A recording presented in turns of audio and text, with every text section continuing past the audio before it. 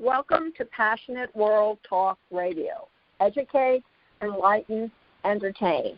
This morning with Cool Your Heels with Lillian, our special guest is Ann Marie Hancock, who wrote a book, You Can't Drive Your Car to Your Own Funeral, which is a story about the last 2 years of her mother's life. So good morning, Anna Marie. How are you doing this fine day? Why, I'm outrageous, Lillian. I hope you are. We are up in the mountains of Virginia just relaxing and just delighted to be with you. I am happy to hear that. Actually, we're going into a 91-degree weekend with a lot of rain and a lot of humidity, but what the hey. Exactly. We'll roll with it, won't we? Yes, we will. Now, you wrote about the last 2 years of your mom's life, and your mom had cancer that she refused to admit she had and went on to live her life to the fullest. So could you just give a little background as to the audience as to what emotional, mental state your mom was and why you decided to write a book about her? All right. First things first. I did not anticipate writing a book.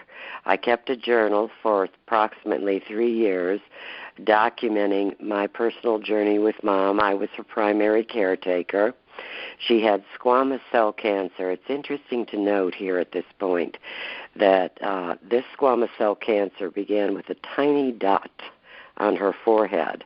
Mother was a registered nurse, and while the whole family encouraged her to see a physician, she refused and told us in a loving way that it wasn't our business.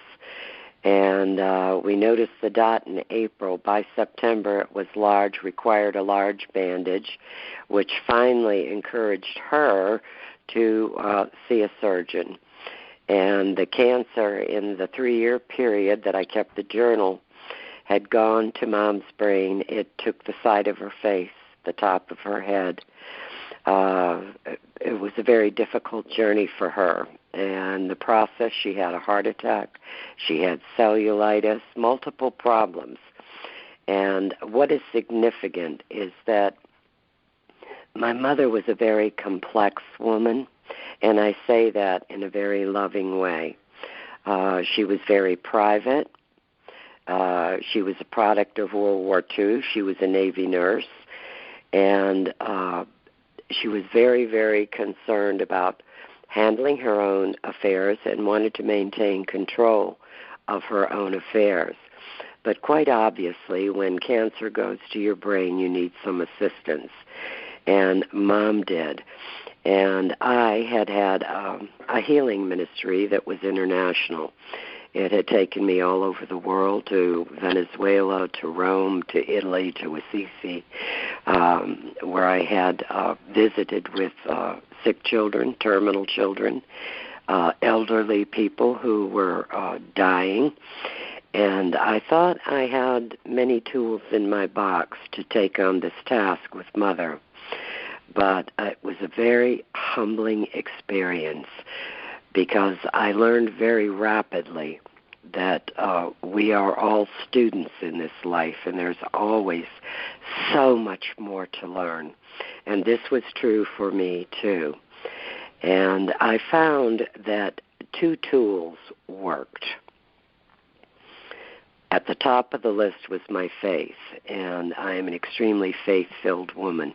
I believe in miracles. I believe in God, and I would summon God and all the angels every night when I faced difficult situations with Mom or complex situations. And number 2 was a sense of humor. My mother was just a great lady. She had her own sense of humor. And I was to learn more about that as we traverse this journey together. But to give you some insight, your other question as to Mother's emotional well-being and her state during this process, it is imperative that I tell you she was a very, very strong, courageous woman who wanted to maintain total control of everything happening during this process. And the car figures significantly significantly into this. The book, You Can't Drive Your Car to Your Own Funeral, is now on Amazon's bestsellers list internationally. The car is on the cover with Mom because the car was Mom's vehicle and ticket to freedom. We know in psychology, Lillian, that the car represents that vehicle that takes us to something or away from something. And for my mother, that was her ticket to freedom. She was independent and totally in control in her automobile. And so many of the stories, both serious and humorous, take place over this 3-year journey in that little red Toyota. Mom's license plate was perfect, pwrnetworkllc.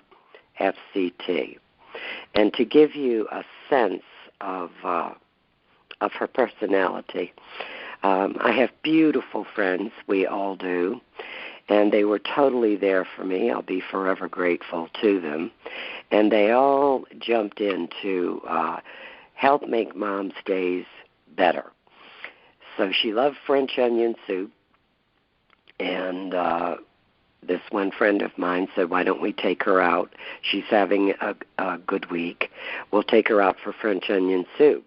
Called Mom. She agreed. She thought it was a brilliant idea. The next morning, Coco was at my house, and we called to tell her we were on our way to get her and go for French onion soup. She said, not today. I'm not going today. I said, are you sick? Are you feeling poorly? No, I'm not going today. I'm just not going. I said, all right, Mama, that's fine. That time, my friend said, well, let's you and I go have French onion soup. We did. We're coming out of the restaurant, and Coco, my buddy, she looks at me and she goes, Ann Marie, isn't that your mother coming out of that Taco Bell over there? I said, what? She said, look, that's the license plate, perfect on that little Toyota Camry. I said, oh, my God, it is Mom. So we were blown off, Lillian, for a taco. And still concerned because this was later in the journey. We followed Mom down the interstate to make sure she got home safely, and later called and said we would come over and visit for a couple minutes, and never mentioned the incident. But it was quite obvious she wanted a day to herself. She wanted some privacy. She was processing a lot. And so she chose, instead of going out with us for the French onion soup she loved, to have a taco and spend her day in that little Toyota.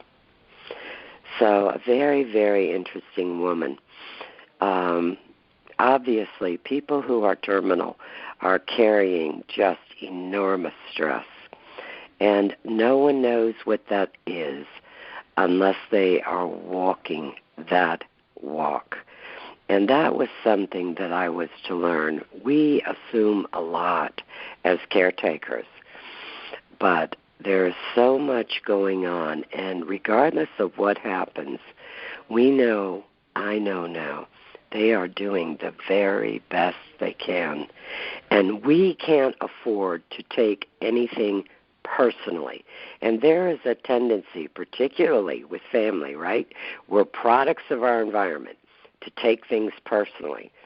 And so I'm driving to a surgeon one morning, I thought, and Mom said, you're a moron. And I said, excuse me? She said, you're a moron. And I said, Mom, I'm going to tell you something. A couple years ago, I was in Ireland researching the family name, Moran. And the truth of the matter is it's pronounced moron. We are an entire family of morons. So this is going back, Lillian, to what I had said previously. A sense of humor always works. It diffuses the tension and the emotion in a lot of tough situations. and you learn to laugh at yourself, to laugh at life, and I found it even brought a smile to Mom's face. So that sense of humor coupled with your faith can save you from many difficult and challenging times. See? Oh, I agree. 100%. I developed my sense of humor a long time ago. I was a single parent to a boy, and after I was told by the family I was no longer on their social or economic level, and therefore they wouldn't have anything more to do with me, I sort of turned around and say, God is great. I finally figured out a way to divorce you people without hurting your feelings. Thank you so much. You know, it's so important, Lillian. You know, we all come from family, whatever that is, and all of the things that have ever been said to us, if you had a nickname, we have a friend, his parents nicknamed him Chubby, and it's stuck for a lifetime. All of that stuff is in our computers to come up at any given point in our lives and sabotage us. So it brings to mind another question. Why do we accept everything that everyone says to us? And we are more prone to do it in the family setting because these are the ones we are closest to. These are the ones that have spent the most time with us. And I think often of Martha Friedman, who wrote a magnificent book, and she was working on her thesis. And instead of writing how to achieve success, she turned it into the publisher and wrote Overcoming Success. And she wrote quite a bit about how we sabotage ourselves. She said the stuff is in the computer, and when we are on the verge of doing wonderful things, up comes, you can't do that. You're not smart enough. You're not pretty enough. You're not bright enough. And so, indeed, this brilliant woman who wrote this brilliant book turned in her title, Overcoming Success. And I think it's true for all of us.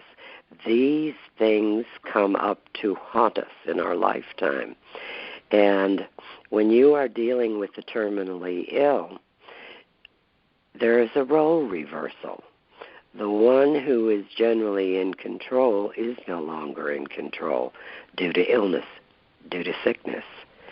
And gently, hopefully, lovingly, the daughter, the brother, the son, whoever happens to be the caretaker, must assume diplomatically, you have to get skills very quickly, that job of taking control.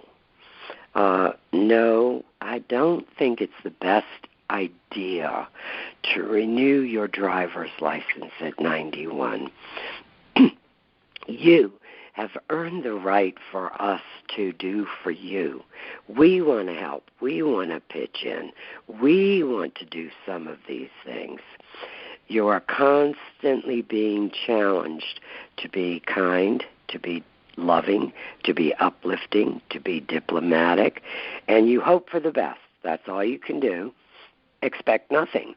And with Mom and the driver's license, I got a call one morning very early. She was whispering, Ann. I said, where are you? I'm at DMV. I just got my license renewed. I said, oh, well, congrats, Mom. Are you still there? Yeah, I wanted to call you. Are you going home right now? Nope, I'm going to Walmart. And it's like you take a deep breath and you realize you can say what you feel needs to be said. You can encourage.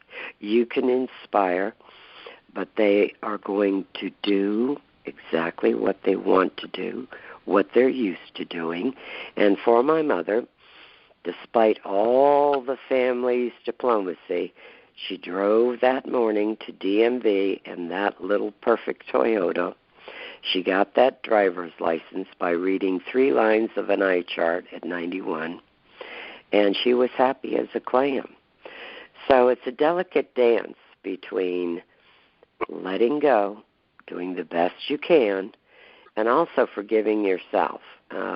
Obviously, everybody out there has an opinion and a thought for you. Ann Marie, you need to take her car. Ann Marie, you shouldn't have let her do this or that. And these people are very well-intentioned, but only until that moment you are walking that walk do you know what's possible and what's not. Absolutely. I mean, my husband had Alzheimer's, and on top of the Alzheimer's, he finally got pneumonia and a blood infection, which altered things a lot. But even with his Alzheimer's, I was very careful to make sure that I still treated him the same way I had treated him before he had the Alzheimer's. And, in fact, several times when he threatened to do things, I used reverse psychology on him the way I used reverse psychology on my son. And instead of making a big scene about things, I was able to at least reach him to understand that what he wanted to do wasn't going to work out any better than the way it was working out right here. So he, might as well stay at home and save himself the plane fare. But you're right. You have to respect them. You have to love people, Lillian, where they are. Well, and yes. I've been a member of the International Platform Association for Select Speakers in the United States and Europe. And I can't say enough. We think we have so much to say. And, when you've lived a while, obviously you've learned some lessons and have some valuable tools to share. But what I definitely learned, and another reason I wrote the book, is that no one likes to be talked at, and sometimes they don't even like being talked to. And those are times that silence is golden. And I learned to be okay with going and just checking meds, leaving food in the refrigerator, making sure Mom had straws and the necessary things for the rest of that day. And sometimes I would sit in that chair for an hour and we'd say nothing, absolutely nothing, and it was okay. It was okay. Everyone who has been through death and suffering, my husband and I have lost a child, and I'm confident that you read My Heart Stopped on my 50th birthday, and they resuscitated me. But I became very much aware that people, and I have to say it again, they're very well-intentioned, but some of the comments that you receive, and I'm confident you know this, Lillian, they're almost abhorrent. It's like, oh my gosh, I don't need to hear this right now. Or, oh no, that is not helping me at all. And sometimes when you just sit in that quiet solitude and wait for the sick, the suffering to speak, there are just enormous pearls of wisdom that emerge. And some of the best times with my mom in that dying process were those quiet moments when all of a sudden she would say, Ann, what do you think heaven's like? And I knew that she was processing and genuinely wanted some uplifting talk. But there is a tremendous tendency to try to overdo, I brought you this, I brought you that, I brought you this, I brought you that. They want you to be your authentic self, to be you. That's what they know. That's what they're used to. And just to take advantage of times sometimes when you're with them. Let them just be. And go get those candy wrappers and things that have accumulated maybe on the floor in the bedroom where they couldn't bend down and couldn't get to them. Maybe to clean out that refrigerator when they're too exhausted, too ill to throw away things that have become moldy. There is always something we could do, but the important thing is to do it in love. And the comments that are made that seem like my example, you're a moron, they don't mean that. They're terrified. They're walking this walk alone, and it's a walk we will all make one day. And so we need to be compassionate, uplifting, and loving.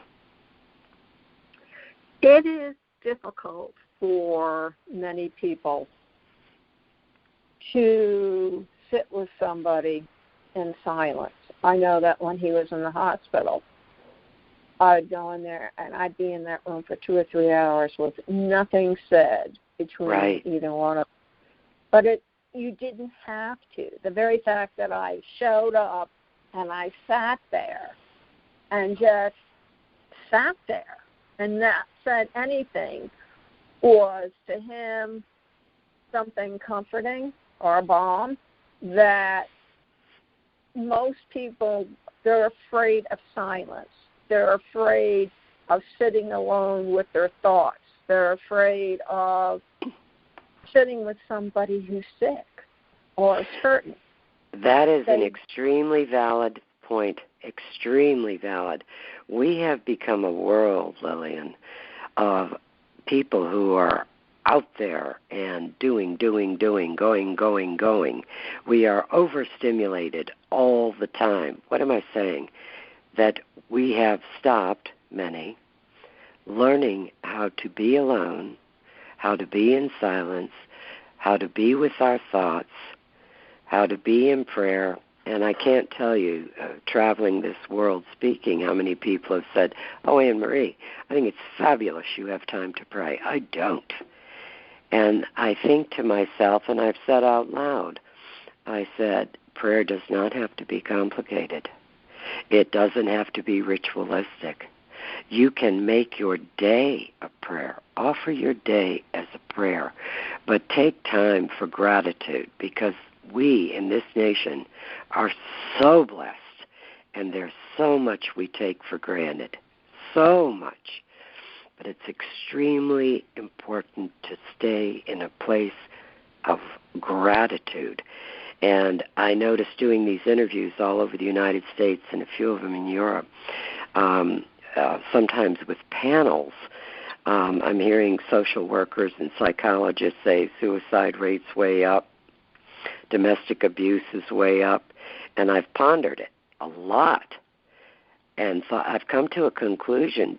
We are so, I'm going to say it again, so busy doing all the time, we don't know how to be still and know God. And so you take people and you put them together with COVID, right, for 4 months, and it's like, oh, my God, we have to talk to each other. This is terrible. Read a book. I can't sit still and read a book. But you know what? That's exactly what you need to do. Find your peace. And that peace is within you. It's not outside you. It's within you. Yes, but you have to understand our society has not taught that. Besides listening to yourself or listening, I keep on telling people you have to find it within yourself, but you also have to be humble. Yeah. When people say, well, what do you use to keep yourself and going on? And I said, well, I love the story of Job. I said, I just put myself in Job's place, which is proper most of the time for me. Right. And I can handle everything. Right. And they look at you with, what? And I said, because with Job, he goes through everything. But in the end, he makes peace with himself. He doesn't need to make peace with God. He's already at peace with God. It's right. himself that he needs to quiet and listen to who he is and where he's going and why he needs to go there. And once he communes with himself, the rest of the world either falls into place or it goes away, because for him it's not important. I think COVID is no accident. And yes, while it's tragic and has been for many families, it has also been, is your cup half full or is it half empty? It has been a time, it has been an opportunity for families to reunite, to have meals together. Mealtime is one of the most important times to get all that information about the day. And for loving people, you can look in the faces of each one at that table, and you know who's hurting, you know who's had a tough day, you know who's had a great day. COVID has encouraged and given us the opportunity to be together and share. How long has it been since anybody has played a board game? I did that with Mom. And just getting back to basics. It's so important because families don't dine together. Everything is quick. The phones, the iPhones, the computers, the microwaves. We boom, boom, boom, boom, boom, and that's the way we live our lives. And we have forgotten to be still and know that I am God. We only find him in those quiet times when we're alone with us. And it's precious time. It is blessed time if you make that your perspective. It is a time of opportunity. Just as the grieving process and the things we've been talking about this morning, it is an opportunity to love. It is an opportunity to uplift. It is an opportunity to learn more about yourself. It is a time of humility. It is a time of humility. Can you take being called names and the moods that come with depression and the stages of grieving that we know from Elizabeth Kubler-Ross? It is a time of testing, and God is testing you. But love is not convenient. Love just is. And every one of us is called to love. Love is the only thing that heals. And we are a nation, quite obvious now if you go through your scrolling, that we are a nation that has strayed from its heart. We need to get back to basics. And it will take a while because we've been half strayed away from basics for a long time. You're right. Can you please tell everybody where they can find you, your website, your book, and any other pieces of advice before I wrap this up? Thank you so much. You're so kind, Lillian. The book is available on Amazon. It's available through Page Publishing. It's available at Target, Barnes & Noble. But all information is on my website, and it's just author AnnMarieHancock.com. There are memes from the book. There are interviews that have been done around the country and out of the country. Everything is there, but the most significant thing I could say about the book is that all proceeds are going to the Multiple Sclerosis Society. That is extremely important. My daughter has had MS for 20 years and is the epitome of courage and love and beauty. So it's helping Corey. It's helping people like Corey, extremely important. And Mike Krzyzewski, everybody knows that name, the winningest coach in basketball from Duke. Mike has written a letter about Corey that is also on Ann Marie Hancock, author, AnnMarieHancock.com. It's a beautiful letter where he calls her a Hall of Famer. He's compared her to Michael Jordan. She is an amazing woman, and Mike has been so supportive. He just loves Corey, my daughter. And that letter is there and so much more. So author AnnMarieHancock.com, Amazon, Barnes & Noble, everything is there. I have loved talking to you. I've enjoyed it as well. So ladies and gentlemen and adults of all ages, you can listen to this interview with Ann Marie all over again at https://passionateworldtalkradio.com. Right-hand side, menu, scroll down, Cool Your Heels, click on it, and it should take you there. If you're digitally challenged, we have a civil line, which means phone line. Punch in the numbers, takes you to the recording immediately. You can also hear it on iTunes, iHeart, YouTube, Facebook, Twitter, LinkedIn, Spreaker, Spotify, Google, Amazon, ALEXA, AMFM247.com, and an awful lot of podcast directories. And before you go away and stray, Cervantes had this to say in 1613, a silly remark can be made in Latin as well as in Spanish. Thank you all very much for listening, and remember, stay healthy. Very nice.